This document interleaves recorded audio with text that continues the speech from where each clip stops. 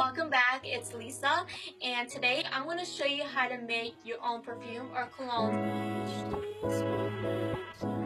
Make sure to check this whole video out for different ways on how to make high quality perfume and cologne, and I'm going to show you how to make your own perfume bottles because these are perfect as a gift for someone or great as a vanity decor, and it's cool to customize the scent or make something for less. It's really easy to make because I will break it down to you and give you plenty of options to choose from. Perfume are diluted versions of scented oils, so choose either essential oils or fragrance. Going natural, stick with essential oils. Keep it simple, choose whatever scent that smells the best to use. And the best part, you can make your own unique scent and designer inspired ones for less. They smell just like the real deal at department stores. I can't tell a difference at all.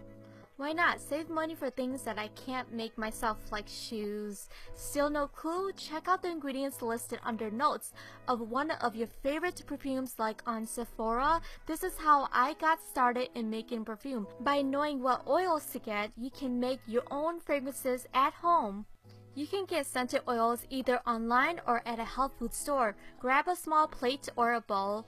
I'm using a smelling strip, but you can also use an oil blotter, a cotton pad, or even a coffee filter for this tutorial.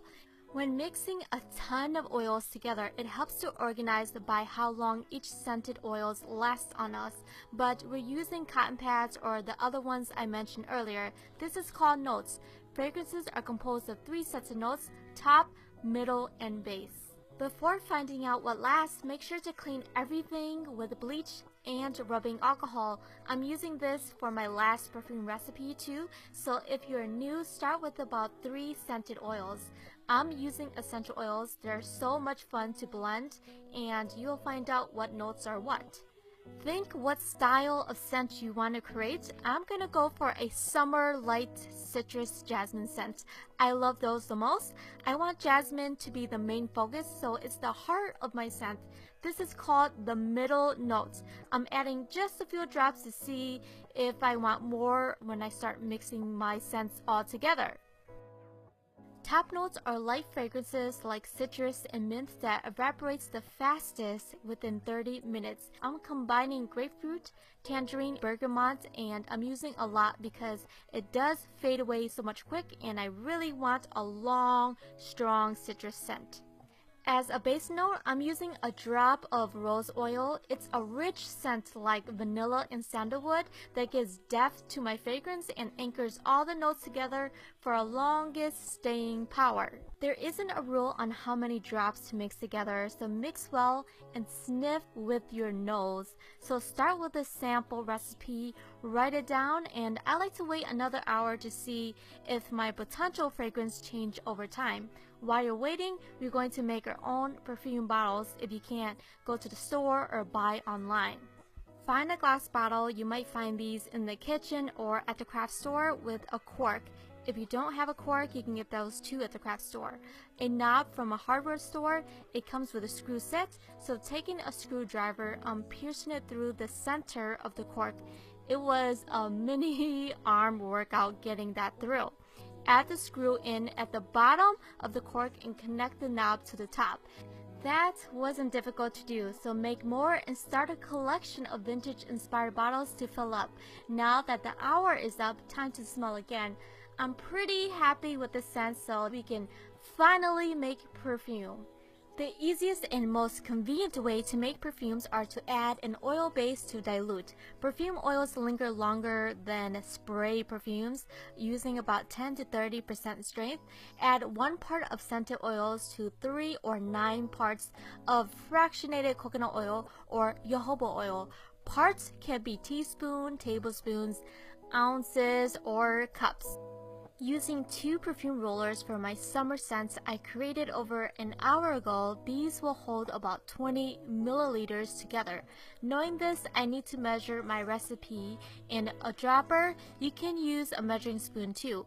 About 20 drops equals 1 milliliters, so you're going to add 18 drops of jasmine, 8 drops of tangerine, 8 drops of bergamot, 12 drops of grapefruit, 2 drops of rose, and 18 milliliters of fractionated coconut oil. You can also use, as I said before, jojoba oil. Mix it well. This will help dilute your concentrated scented oils. How to use this? Dab it onto pulse points like the side of my neck, wrist, and crook of my elbows. So the heartbeat helps warm a steady and regular stream of fragrance.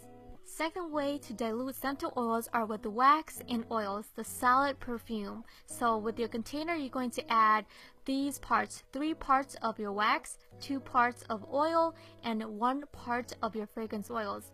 My container is pretty small, so I'm using teaspoons.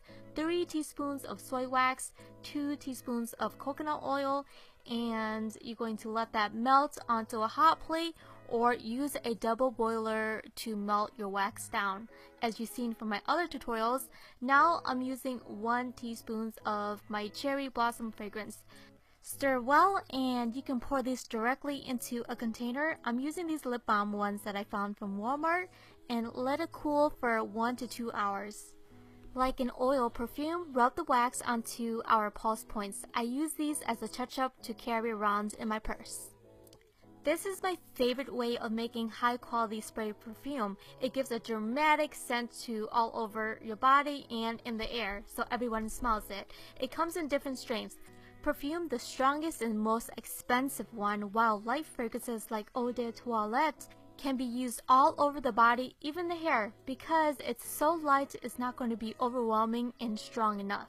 The only thing you need besides essential oils and fragrance oils is perfumer's alcohol. This is used majority in high-end perfumes because it carries scent quickly and dramatically on us.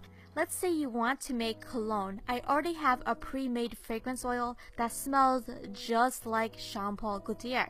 I need 1 part of fragrance with 5 parts of perfumer's alcohol into this 60 milliliter glass bottle. Go with whatever size container you have. If you want to add color, use a water soluble dye like soap colors. I added 1 drop to tint this cologne, giving this one to my fiance. Best thing, it has more than a year shelf life. Did you fall asleep yet? I promise this is the end. Last way to make spray perfume, you need to use distilled water to avoid growing mold quickly. I'm making about 60 milliliters of this, so add 9 parts of water, 8 parts of rubbing alcohol that we use to clean our supplies, utensils, and 1 part of sweet pea or fragrance oils that you want. It will turn cloudy, so to make this clear, you need to use an emulsifier like polysorbate 80. You do not have to buy this, it's optional. This binds water with oil, so you do not have to shake the perfume each time to use it, because water is used in this recipe to show you every possible way. Last step, you're going to add labels like a sticker, envelope seal, or a printable clear label as an idea with a ribbon. Keep it simple and fabulous like yourself. I'll talk to you guys soon, and spray on!